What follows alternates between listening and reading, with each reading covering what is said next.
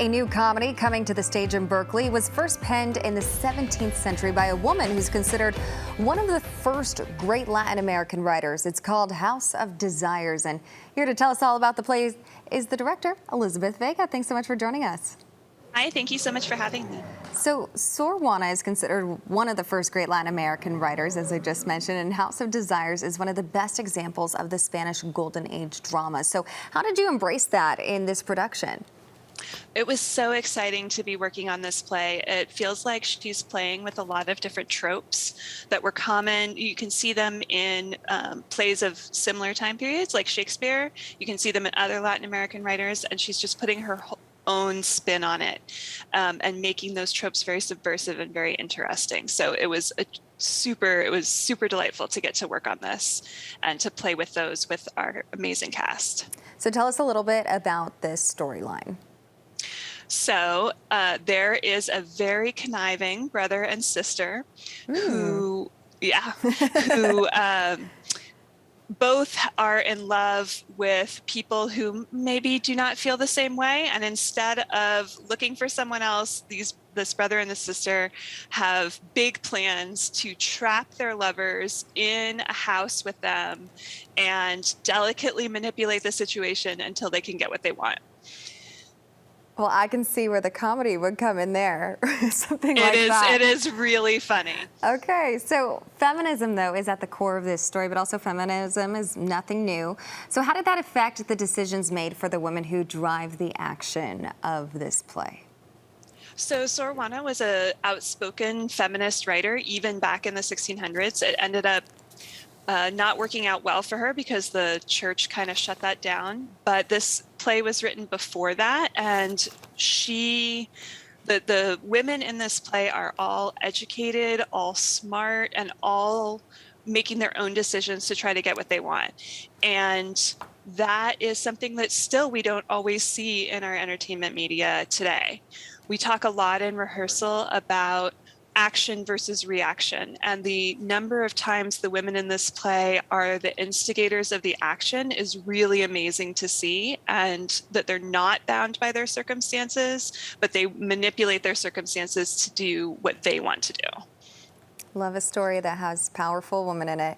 And these women productions is really focusing on underrepresented women in this industry, which really is women of color. So how are you countering that when you choose and cast these plays?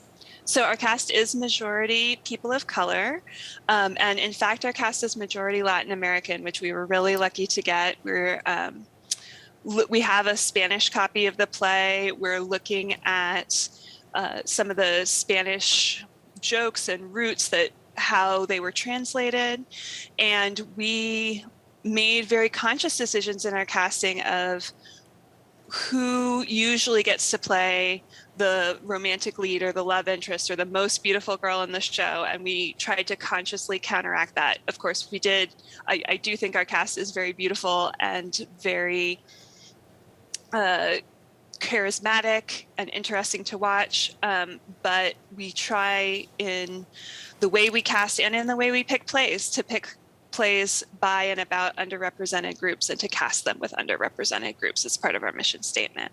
I love that you guys really embrace that. Well, House of Desires is a story written in the 17th century, so a bit of time ago, but it's actually really relevant for today's audience. So what are the parallels we see in it? Oh, I could tell you so many stories. We are finding jokes in there that are straight out of Twitter discourse. We are finding jokes in there that are out of Reddit or social media that are still things people are still discussing on the internet right now. What does feminism mean? Why should somebody go out with somebody else? What is love? What is the difficult part of love? Parallels in modern day sitcoms, like, oh, this person is such a so-and-so from this Netflix show. We are finding so many ways to physicalize the jokes. We're finding so many ways that the play is funnier than we even knew when we first picked it.